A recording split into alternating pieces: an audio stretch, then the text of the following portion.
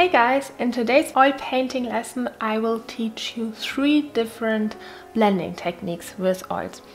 I'm going to paint this little portrait and I will use those different techniques and I will show you how they work. So I hope you enjoy. I'm going to start with the visual blending technique. With this technique you just place one color next to the other color. And I use this technique mostly in the first stages of an oil painting because I don't want to spend a lot of time trying to blend everything perfectly into each other. It's enough that it looks as if it's blended, but it isn't really blended. It's just visual if you look at it from a distance. So let me show you what I mean. I'm going to start with the nose here. Also, by the way, today I paint on a board, on a wooden board, which I primed with acrylic gesso, because I can show you the individual brush strokes better, especially for the visual blending technique. So you see that the paint it's just placed on the board, and when I add the next color, which is the highlight of the nose, or just the more lighter area, it's just placed next to the darker color, like that. It is not blended into it, and I don't want it to be. I just want to place it next to it, like that. And yeah, I will just continue with this technique so that you can maybe get a hang of it and follow along if you want to. For the sides of the nose I choose a slightly darker tone. For this painting I'm super inspired by Claude Monet's works, and I will not use any dark tones, no blacks. Everything which is black is blue in my painting. So when I mix shadows today, I will only use blues or maybe sienna tones. So for the shadows of the nose, I will use the burnt sienna and cadmium red. Let me see which color it is. Cadmium red medium, which is a bright red tone.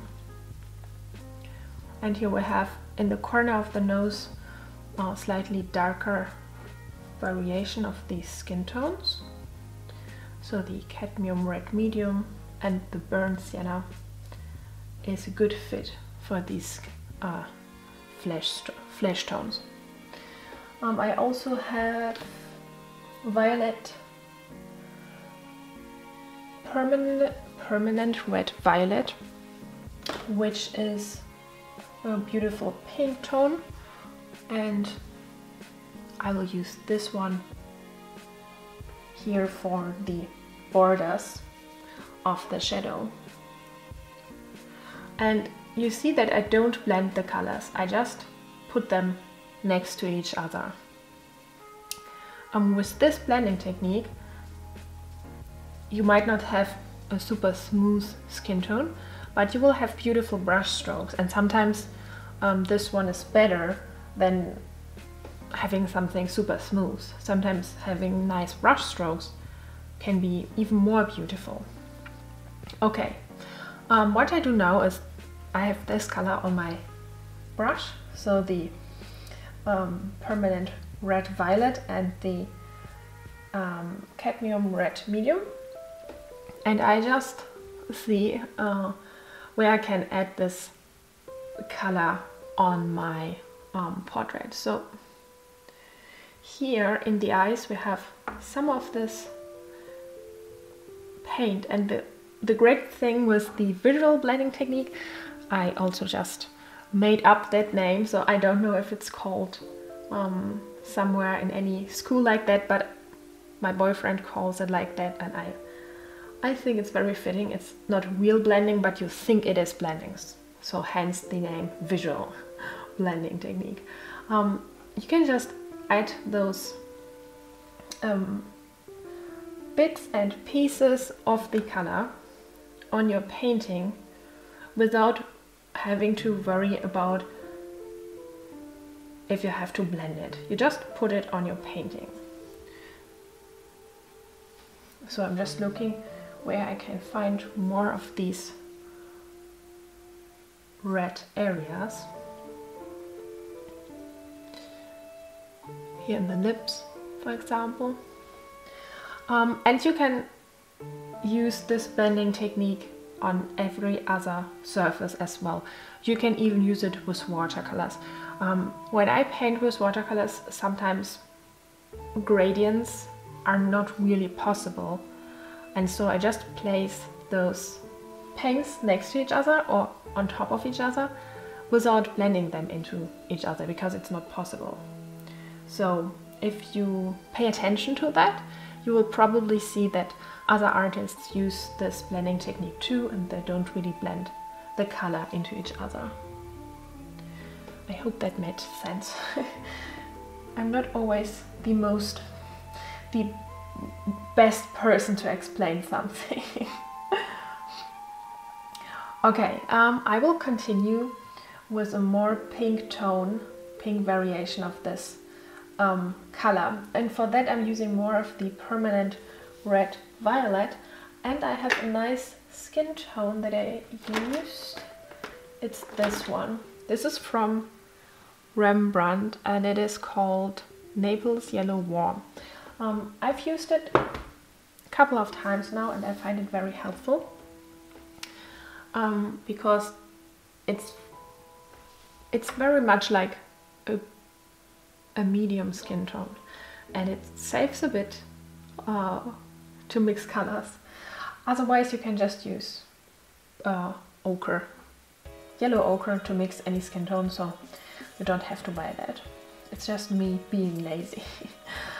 Okay, I will take more of this Naples Yellow Warm and the permanent red violet color,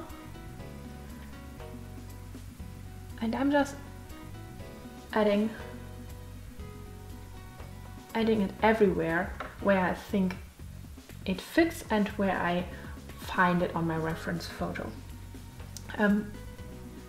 You can be very wild with that. With the visual blending technique, it looks even better if you place some colors that are maybe not even there, just in your painting somewhere, and then in the end you have like a patchwork effect. So I can recommend that.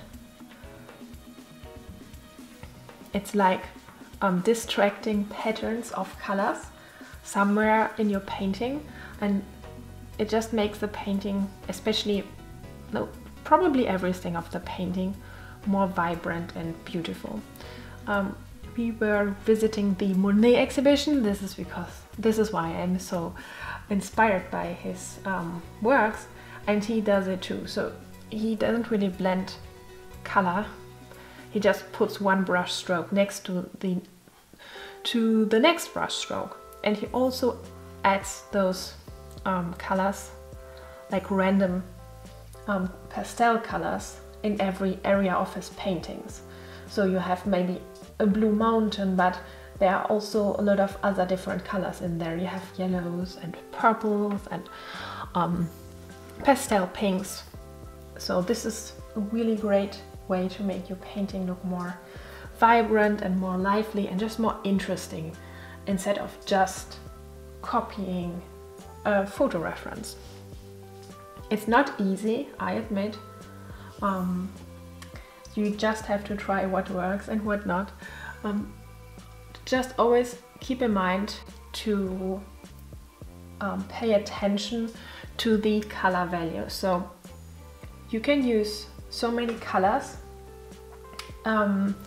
and different colors as long as you keep the color values the same. So for a dark area, you can use dark blues and dark pinks and dark greens and every other color too, but you couldn't use the same colors in the light version. So this is pretty much the trick. When you add wild colors on your painting, you have to keep the color values the same. So for the bottom lip here, I just have to make it a bit darker. Okay, so I like to, I will probably continue with the dark areas, which are not really dark in this painting. So I will use ultramarine blue and a little bit of my green, which is, let me check which green it is.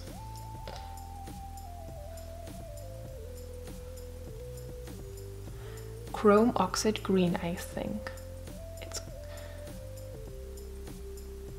I don't have the English names on the package for whatever reason, but it's chrome oxide green. So it's a very turquoise-ish green.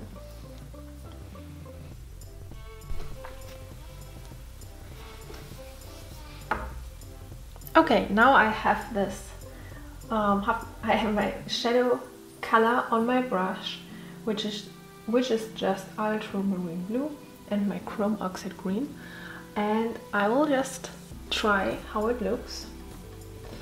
I will start here with the eyebrow, because nothing can go wrong there. This looks really beautiful. This is a nice shadow tone. Ultramarine blue is always a bit transparent, and I really like how that looks, especially with the silver underpainting. The silver underpainting, by the way, I did with acrylics. I just used 2 layers of acrylic gesso, like white acrylic gesso, and then I used just silver acrylic paint, 2 layers of that for the underpainting. And because acrylic dries so quickly, I could just paint right away after, I don't know, half an hour. So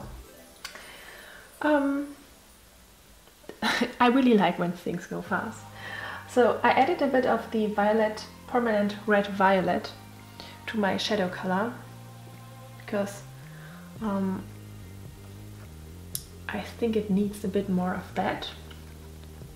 And now for her mouth, we have this shadow color here in the inside. I should have started actually with the shadows, because then it's super easy to just paint over them, but I forgot. So I will have to get another brush so that I can paint a bit more accurate here. I don't mind that the dark paint is very transparent here.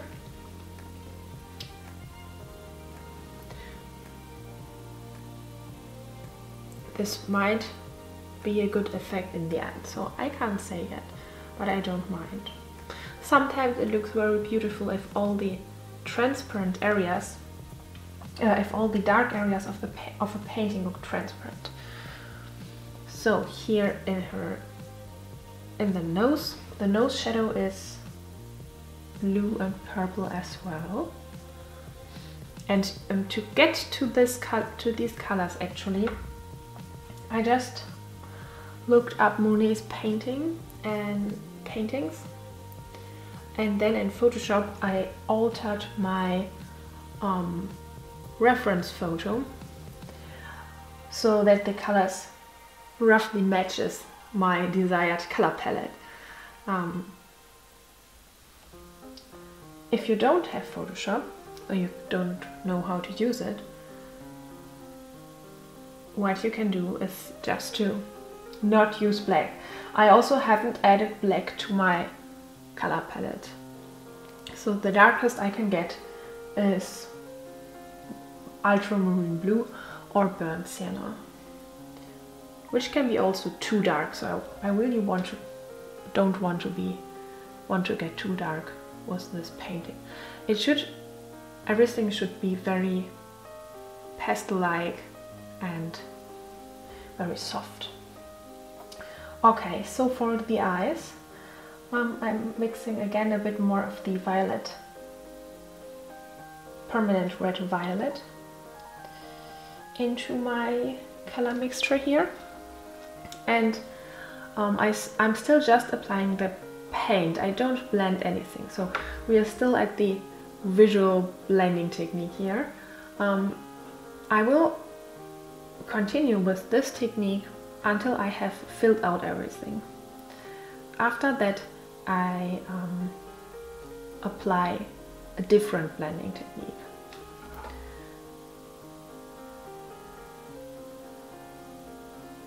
So here for the eyelids, just using this purple. I really like the color palette already. In my Photoshop composition it looks very messy and not as vibrant, but in real life it's definitely coming together, so I can see how the final painting might look.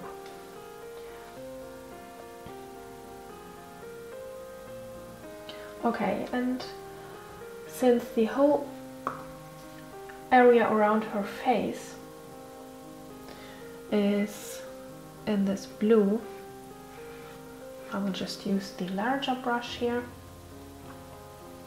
and I'm adding a bit more green to the blue too, just to have some variation here. Okay, I even need a bigger brush. This was way too small.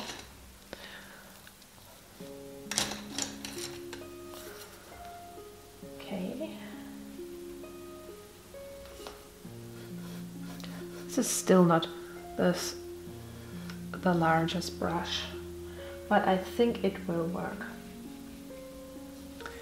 My brushes are never there where I need them, so they're always out of reach, somewhere at the end of the room or something like that, I don't know. Okay, so here we have more of her hair.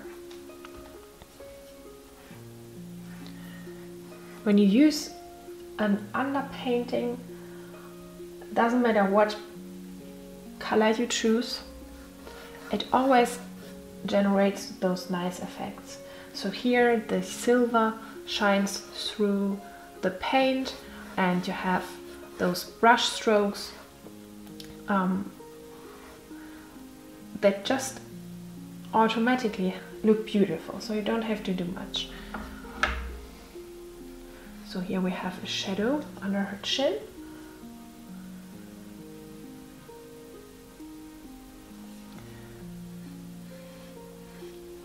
Here I will just use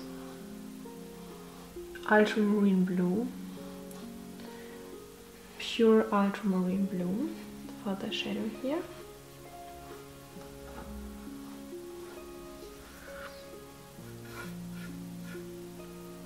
And here as well. I'm also using liquid original, like usually, to make the paint more fluid, but instead of Gamsol, today I'm using safflower oil, which is better because it's more it's not as toxic. I think it isn't toxic at all. The Gamsol, they are fumes and they can kind of damage your lungs if you don't ventilate often enough, and you also can get headaches, which we get oftentimes. So we switch to safflower oil from Jackson's Art actually, and I'm very pleased with it. I didn't know that I can work with it at all, because I've tried a lot of different things and they all didn't really work, but safflower oil, I can definitely work with it. For small paintings I think it's even better than the Gamsol, because the oil doesn't dilute the color as strong as Gamsol does. So it's then a little bit easier to paint. Okay, I just try to fill out the parts of the hair here with interesting brush strokes. So this is the goal. It should look nice.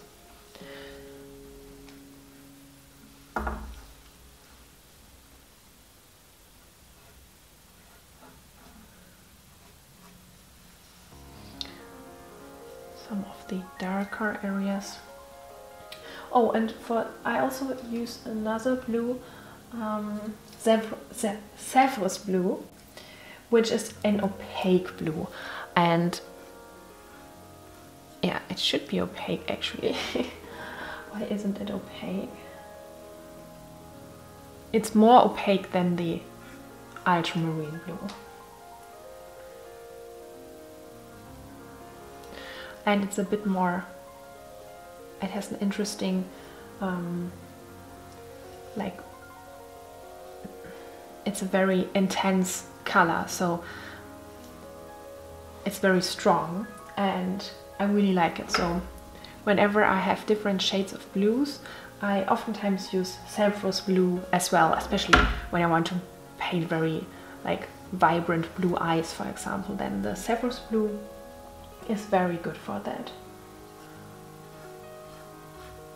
So I also want to include more of these like impressionist brush strokes like Monet did. I will try if I can make something like that. They always go with the shape and with the form. I also included some greener and turquoise blues in her hair. I just painted them in Photoshop because I wanted to have a lot of different colors like the Impressionist painters did as well. So I will just copy what I did there in Photoshop.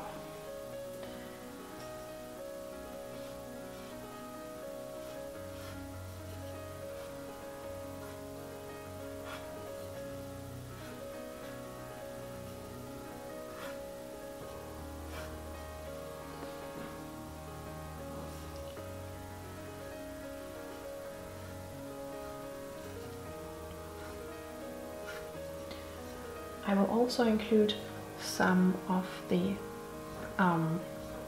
washes that I do, so that I just let the oil run down the painting. Or in this case I will probably have to use Gamsol because the oil takes forever to dry, but not yet, so I will wait until I have finished most of the painting.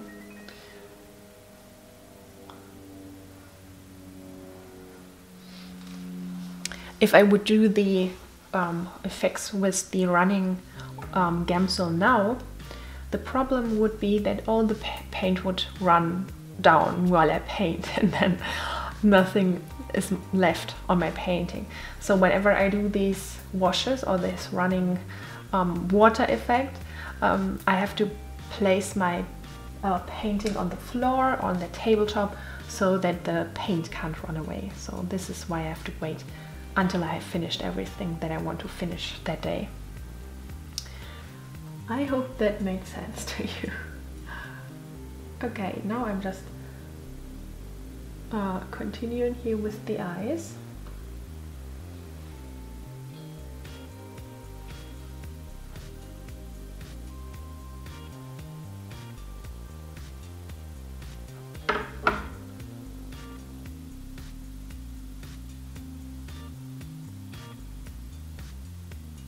Here we have this dark line, the lash line.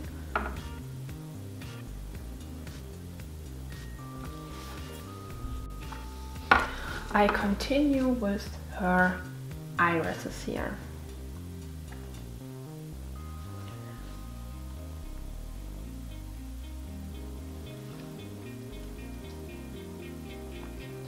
Again, I don't try to blend the paint into each other. I just place them next to each other, and yeah, this is pretty much all I do. It might be a bit boring, but especially in the beginning of the painting, this is all I do.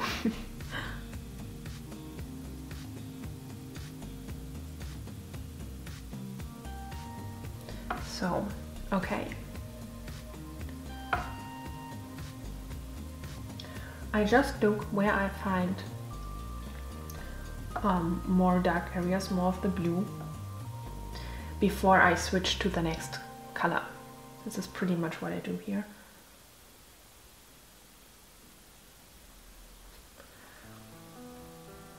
Here under her mouth we have a shadow, a little shadow there too.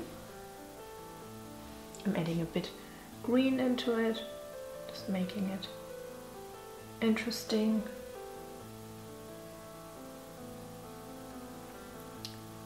Okay, now I can show you the next blending method. I can paint everything and can fill everything out, but I just saw an opportunity for the next blending technique. So I call the next blending technique direct blending technique. So whenever you want to blend something like two colors that touch each other, you can do it with different ways. So here on the board, the color is pretty much, or the paint is standing on the surface, so you don't have a lot of chances to blend. On canvas, the color almost blends into each other automatically, but on board or on paper you have to be a bit more careful. And for example, when I want to blend those two colors into each other, because I don't want the border here on the edge of the lip to be so strong, I want it to be a bit smoother, I can use this dry brush and I can go slowly over this edge. Then I use my other brush again and I want to correct the line there a bit. So I used the same color from the lip, which was Permanent Red Violet and the Cadmium Red Medium, and then I just carefully go over this area again. Now we don't have as much color because the dry brush took away a bit of the paint.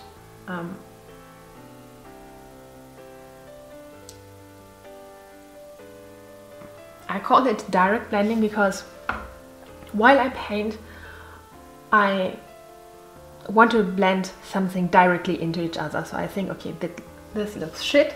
I want to blend it and make it look better. And when I paint eyes, I also want the color to blend directly into each other. So, for example, for the irises, when I have the white of the eye, I want it to blend directly into the skin. So before I add the white, I will carefully add some of the surrounding like parts of the eye, I guess, or skin tones here.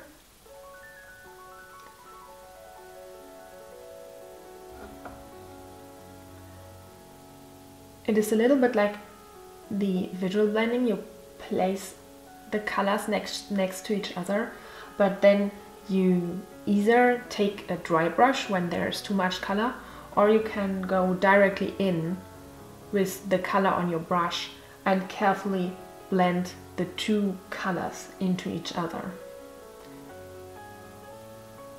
obviously this is only possible in small areas and only with 2 colors.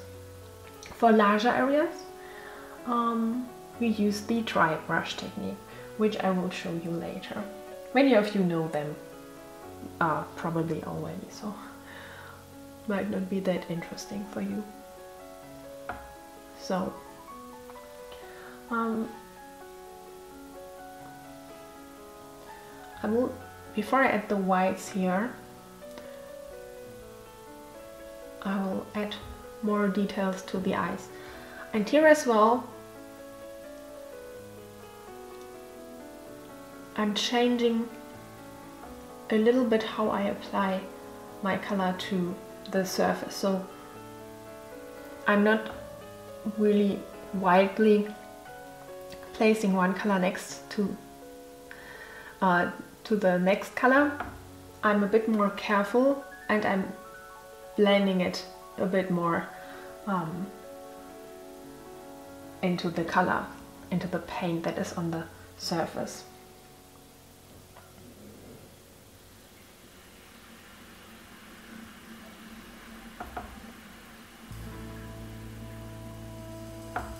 For example, this lighter skin tone here, I'm placing on the darker color, but because I go over it a couple of times and I don't add a lot of paint to my brush, instead I only use a little bit. It really depends how your surface is. On canvas you would have to use more paint. Here on the board, a little bit of paint is already enough. And when I go over this area here, it slowly blends into the underlying color. It's almost like the direct blending, the visual blending method, but it's a bit more careful. So you apply a bit more control to your brush and you decide what side of your brush stroke blends into the oil paint. So I will just paint more, maybe then it gets a bit clearer. So here for the waterline of the eye, I just carefully add one brush stroke here. I also directly use it on the right eye because I don't want too uneven eyes.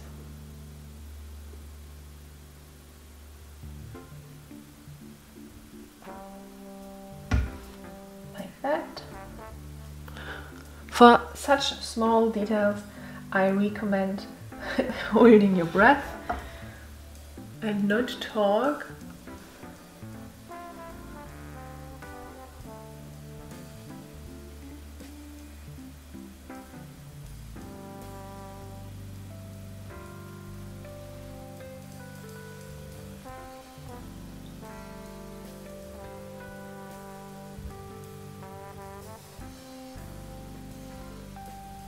So like that. And now I want to have, for example, this line is a bit wobbly and I want to correct the shape. Then I use the red that I mixed, and I carefully correct the form, and I'm also try to blend the paint that I have on my brush stroke into this lighter brush stroke there. So I call this technique direct blending because it's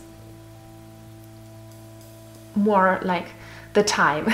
I want to blend it now, so I directly blend the brush stroke into each other, if that makes sense to you. It's sometimes a bit difficult for me to explain it in English, so I'm very sorry for that if I'm too confusing for you. Okay, so just carefully going here beneath the waterline, then adding some white highlights here.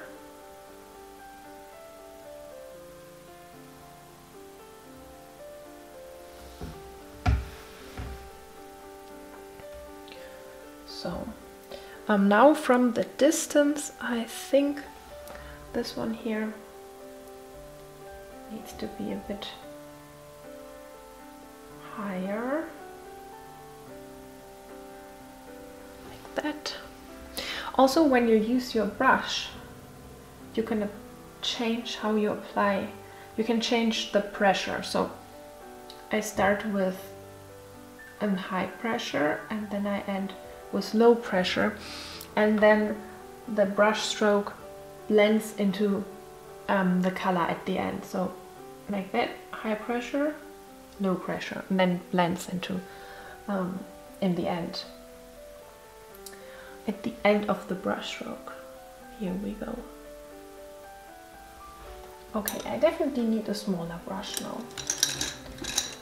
So I found my small brush here, with which I can finally work on the eyes.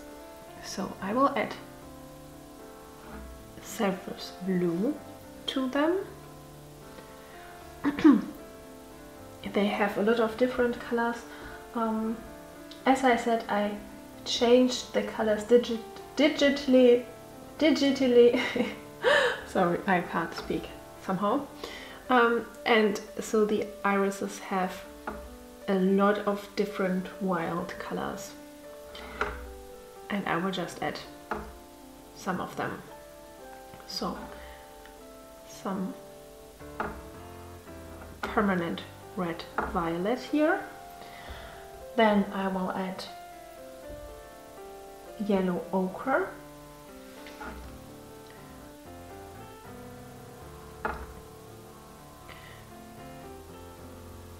I blend it together with the Cephros blue to get a green tone here.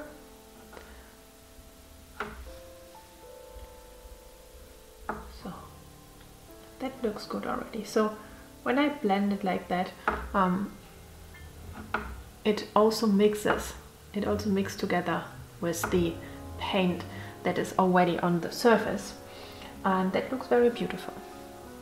Okay, so finally we can move on to the white of the eyes, and for that I'm gonna use ultramarine blue, obviously white,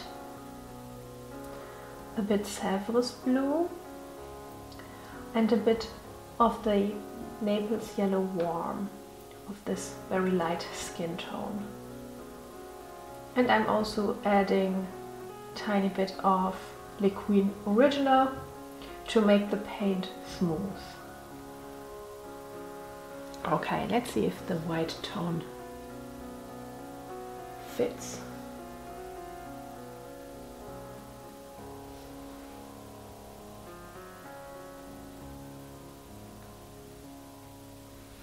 Okay, I'm adding more red to it.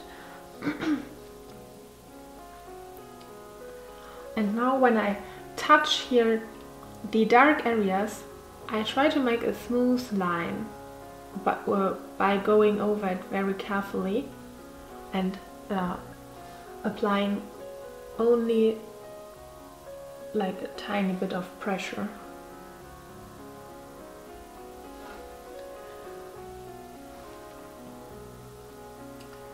Now I think it needs a bit more blue here. And I'm also doing it on the right side, of course. I'm adding some of the cobalt turquoise to the white of the eyes, because on my reference it looks a bit more turquoise.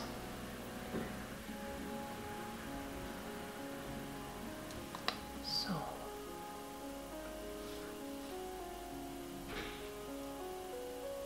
and again, when I touch the borders here from the shadow areas, I carefully like go along a border and blend the where the paint touches. I'm carefully blending it together.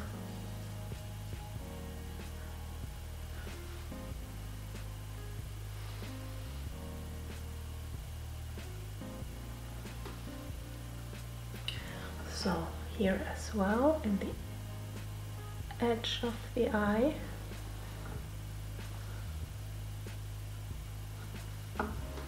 And then on the left side.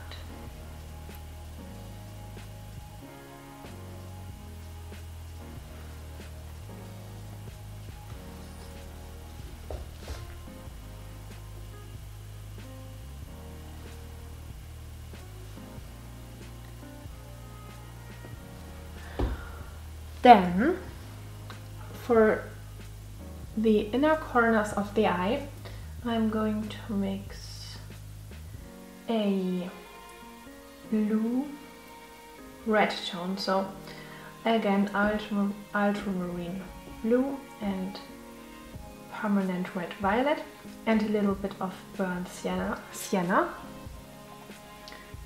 And I'll go over the shadow area here again. Here in the corner, it's also a bit darker.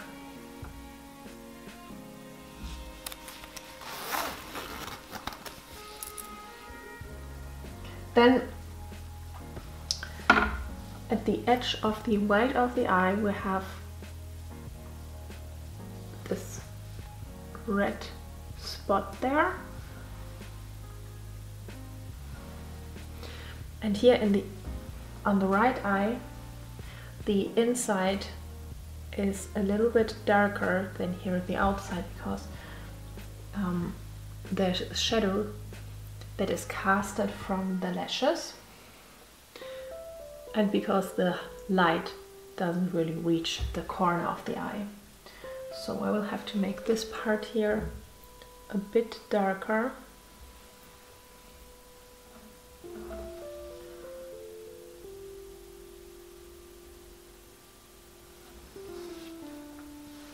Okay.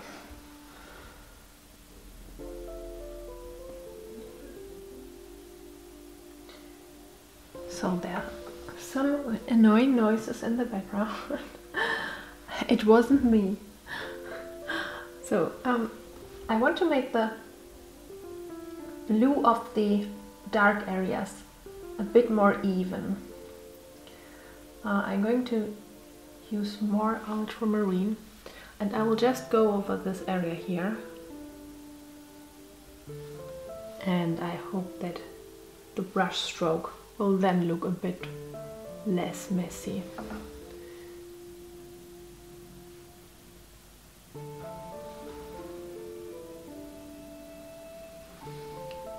Here again, for the inside of the eye, I want to make it a bit darker with the ultramarine.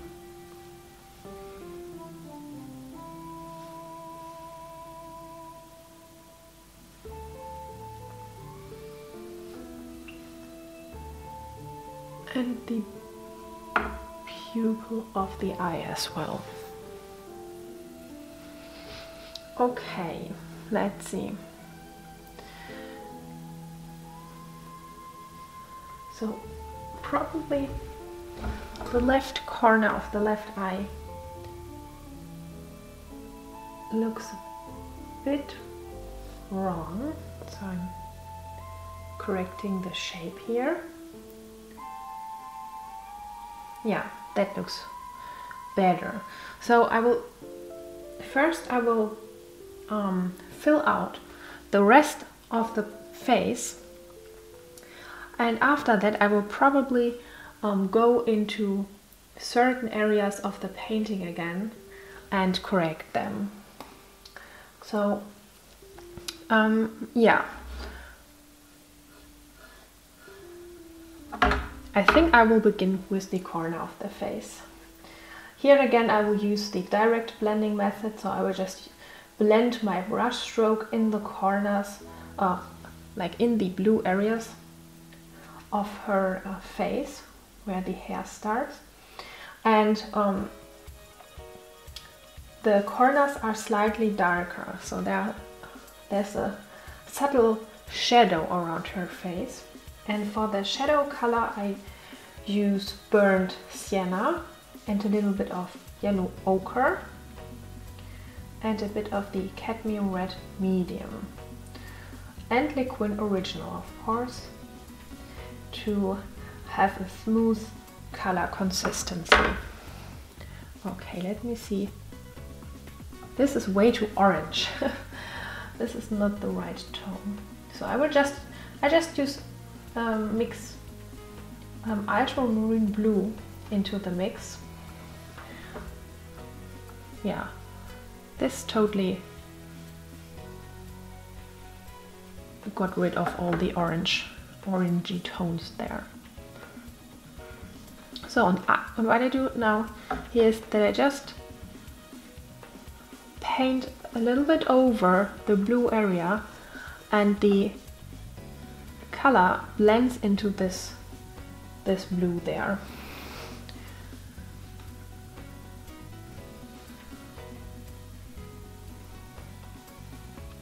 Then when I went over the area, so it's not the correct shape anymore, and then I can just, when I finish that part, mix the blue again and work with the blue against this brown again, so I can then have the correct shape in the end.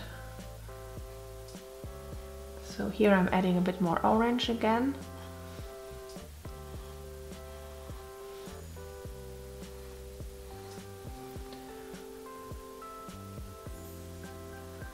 And a bit more green again to the mix.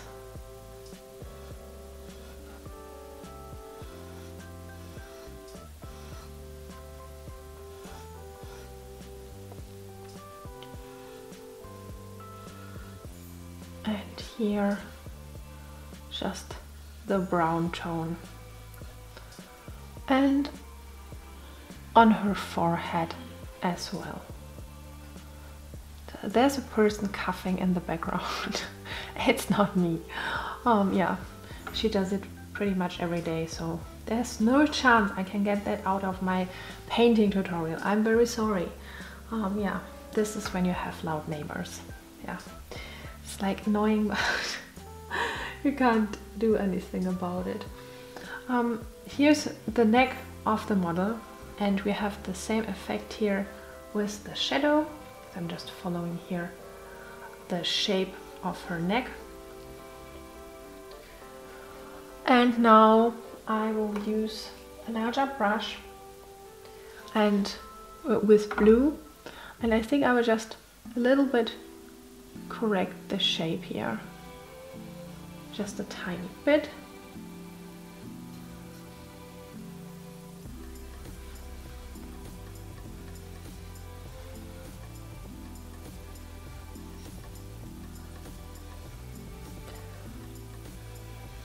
Like that. Okay, now I'm moving on to the mid-tones of the face, and I will just work here from the darker tones that I added, and now I will use a mixture, like a crossover between the visual blending method and the direct blending method. So for example, let me show what I mean.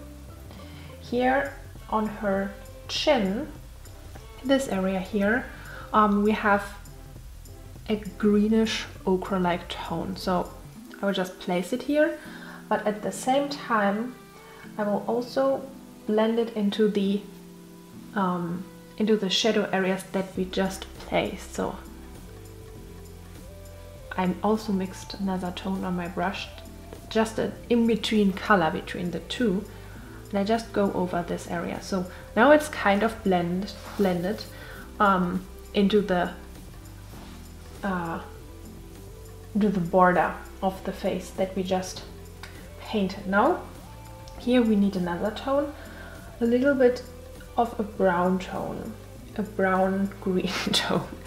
I just look on my palette what I have there, and then I don't mix a new tone here. So we need this tone for the area where this greenish piece of skin meets her lips. So like that. It needs a bit lighter, so I'm using white and some of the gray that I mixed, and I just place it here in this area. So, and I place the color, but I also blend them in by removing the pressure. So when I remove the pressure, it blends into the paint.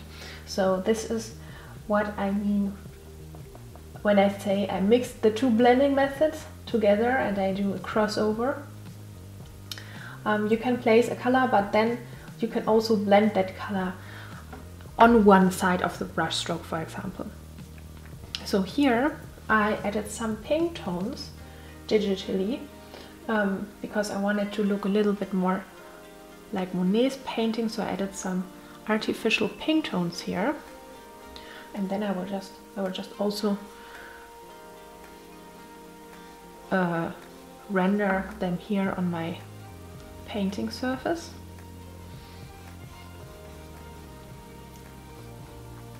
So, and I don't blend them, I just place them here on my on the face.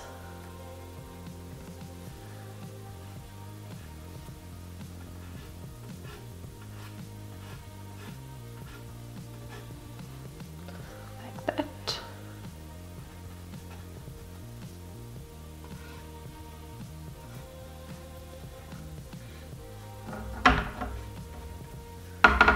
And then we have some blue tones in the face, and I will add them like the pink tones. For the blue tones I'm using Savos blue and white. I think that is all I need. So I'm just adding them here and here on her cheekbones and here on her chin too. And we have the blue tones on her neck. I like to add some of the tones directly on all the skin tones because it is easier to paint all the skin tones at once than mixing them all over again when you start the next day and you want to paint another body part, for example. It's easier to paint them at once, if possible. Sometimes it's not possible. Okay. Yeah, then I will move on with the midtones here. So for the midtones, I will just mix normal skin tones. Again, I use Naples Yellow Warm and Burnt Sienna and Liquin Original. And I will, let's see how light that is. I think this might be a bit too light. So I now want to blend the shadows at the corner with the rest of the face. So I need a color that is slightly lighter than the shadows here. So I just mixed a bit more sienna into my paint and a bit more of the cadmium red medium. And now I just go in the space between the highlights and the darker areas. Normally I would not paint the highlights in the beginning, but you can do it like this. I find it a bit easier because then I have an overall idea how the painting looks already when I already place some of the highlights. It's helpful for me. So we also have, especially in the lower part of her face, where the chin is, we have a lot of greens and yellows. So in addition to my normal skin tone, I'm also mixing a little bit of Naples yellow and Sèvres blue, which together makes green. And I'm adding some of it here to her face. I think it's not intense enough, so maybe this was not the best color mix. So I'm using then yellow ochre and a bit of chrome oxide green and Naples yellow. So this is more intense. So I want it to be more intense than on the reference photo, because I want my portrait to be very vibrant and very lively. And with those intense colors, I think it will become like that, like I imagine it. So like that. And I placed, for example, here I placed the color, but then this was too dark. What I wanted to say is that I placed the color and then I follow along the line, and it blends into the paint that is on the canvas.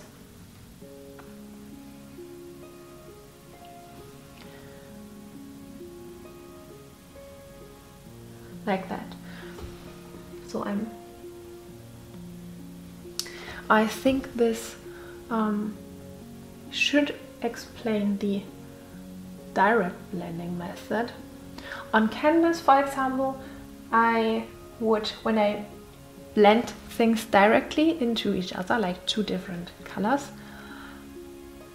I can almost use my brush like I would use a makeup brush. I can move it in almost circular movement and blend the color really directly into the other color.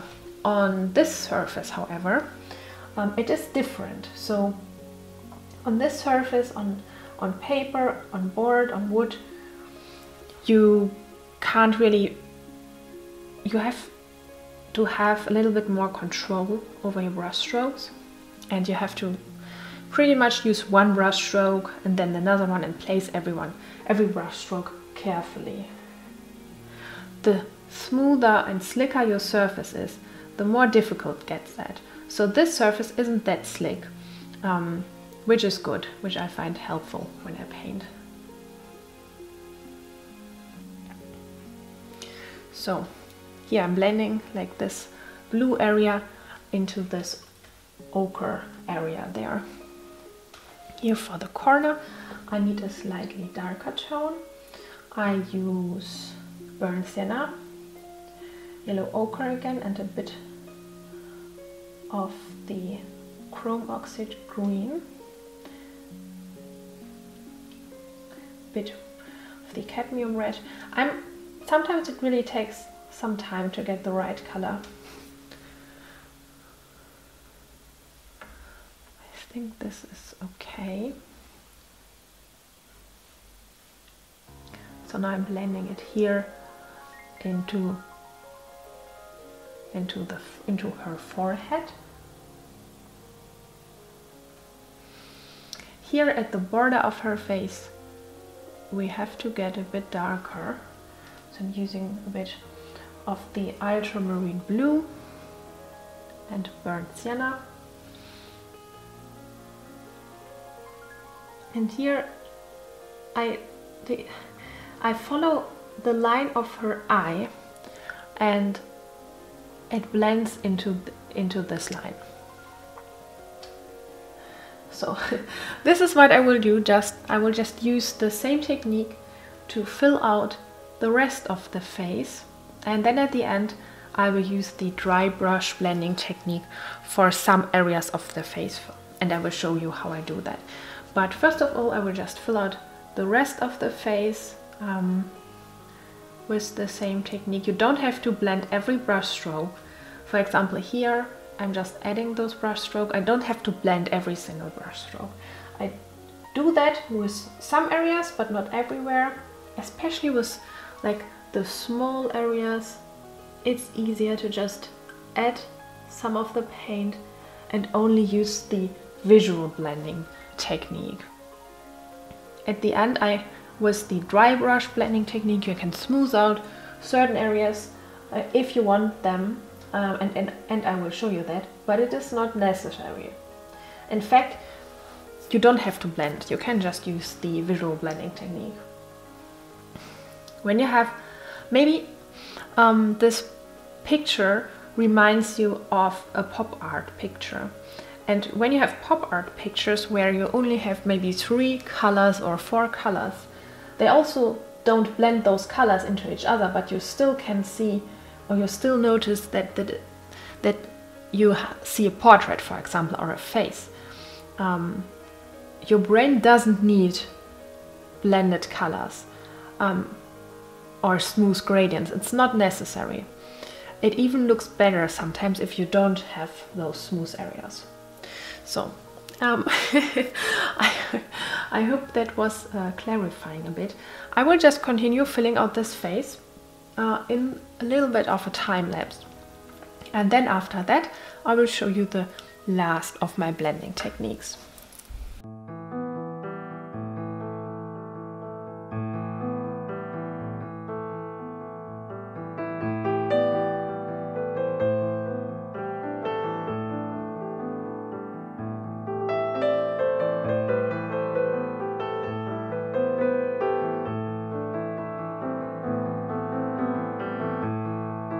Okay, now I have finally filled out the face, mostly with the visual blending method, so I haven't blended any brush stroke really much. I just placed them on top of each other or next to each other. But now I have some areas that I want to be a little bit smoother, and for that I'm using a dry brush. I'm starting with the eyebrows, so I want the eyebrows to be blended into the skin of the forehead. So important is that my brush is very soft. It has to be completely dry, no oil paint, medium or anything on it. And then I carefully touch the surface of the of my wooden board. It's not a canvas. And then after that, I just clean my brush again. I can also just rest my hand here on my painting. I do the same on this side. And here for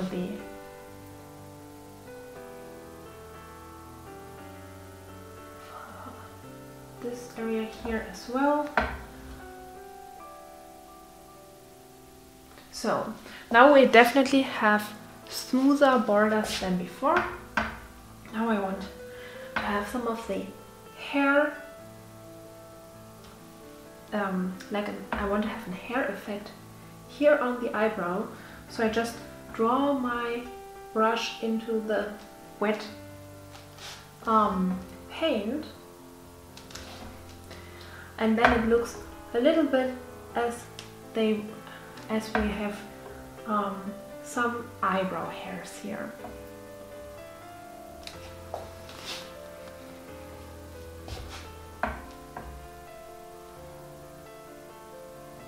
And I always have to clean my brush after I touch the paint, otherwise I will just stain my painting with paint that doesn't belong there.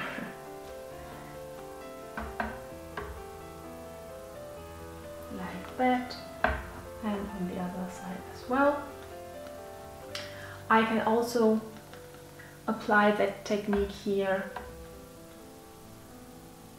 in the inside of the eye. I can also just carefully just touch the surface like that.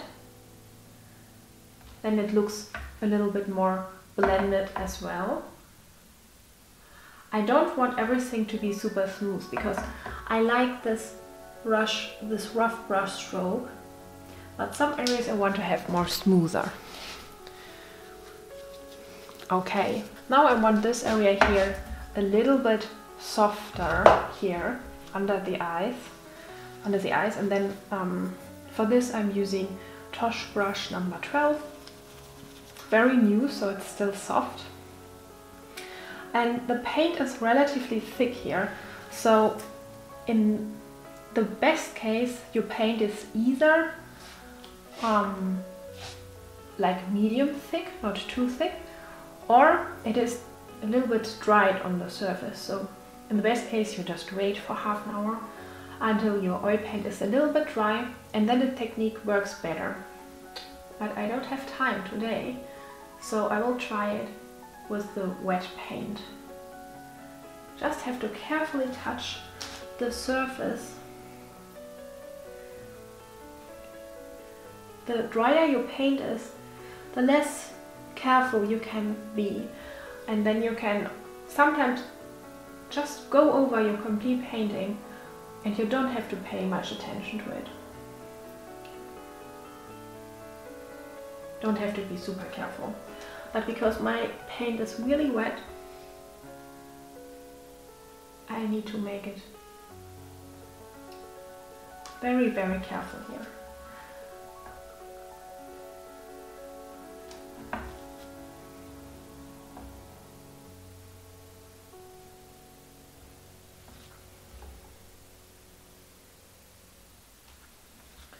I just go over the areas I want to have smoother.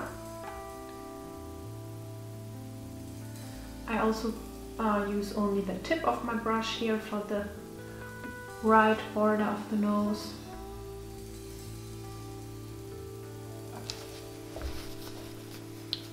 That looks very smooth already.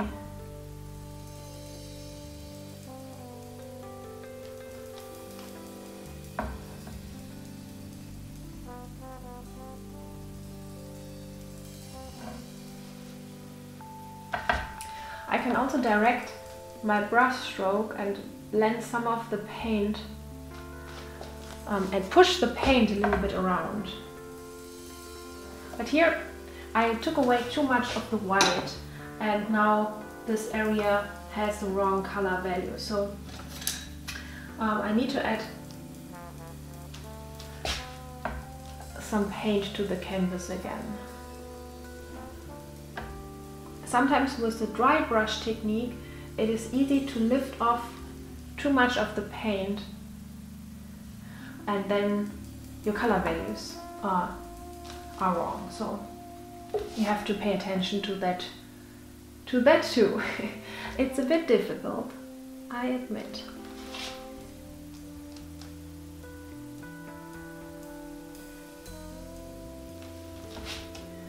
Adding more blue here in this area.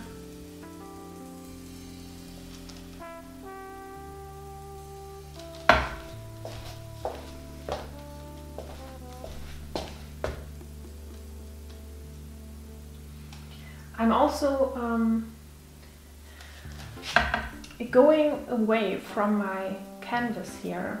I just step back a couple of steps so that I can view my painting from the distance, especially in the end phase of your painting session, where you think, okay, I'm finished now. It's super important to compare or just view your painting from the distance and see if there are things that are wrong or that look weird. Because from a short distance you will not be able to see all those things that are wrong. As a thumbnail image, like when you step back from your painting, you can pretty much observe a lot of the mistakes.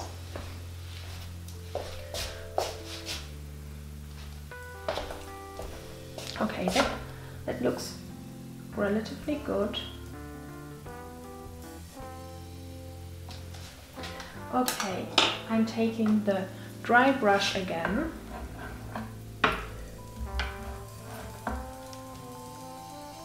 And I go over this area here.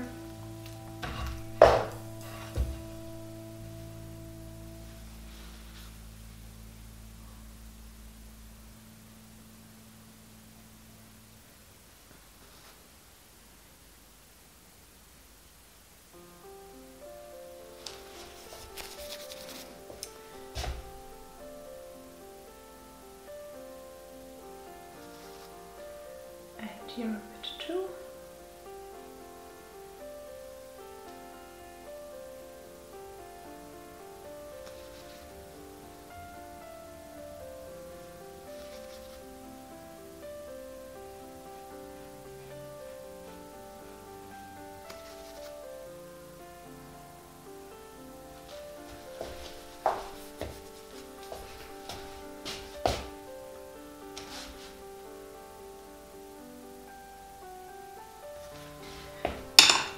I also switch from time to time because after the moment ago where I lifted off some of the paint, it pretty much happens all the time. So I'm just switching to my brush with the paint on the tip, and then I'm correcting something, then I'm switching back to the dry brush again until I'm happy with my portrait.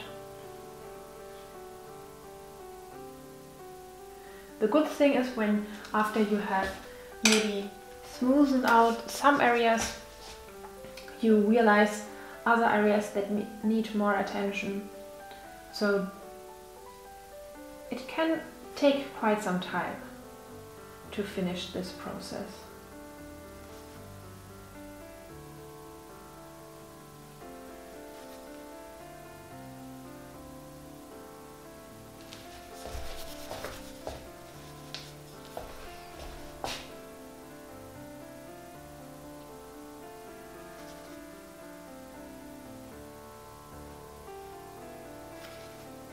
And here around the forehead a little bit. I think the only thing that I don't like is how the nose looks, and I will probably just change the border here, and I smooth the border. I make the border smooth, and I blend it into the surrounding paint. This as well is also a dry brush, so I'm just going over the border of the nose. You can use the dry brush technique with every size of brush, depending on what size you need for your paintings. It works.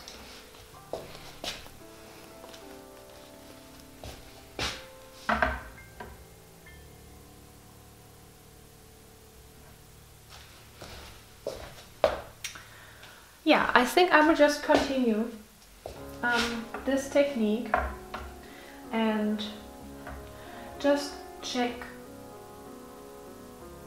every part of the portrait again, and step back from my painting and look at another part of the portrait until I'm finished. So I will probably have a lot of little things that I want to change. I also need a highlight here, and since I have colored everything with inspired by the palette from Claude Monet, the highlight is not white here, it's a greenish white, like a beautiful pastel tone, so I'm trying to add the highlight. This was maybe a little bit too much paint. Like that.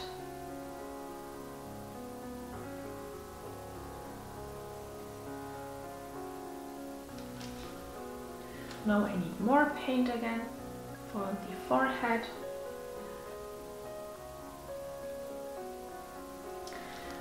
Yeah, I will just continue with this, and I hope I could teach you the 3 different blending techniques with this portrait in a way that you can understand them. If not, just ask me, I can elaborate on it. I'm not the best in explaining things because of my broken English, but I hope it was still helpful for you, and I hope you enjoyed this little painting tutorial, and I hope I see you in the next one. Bye bye!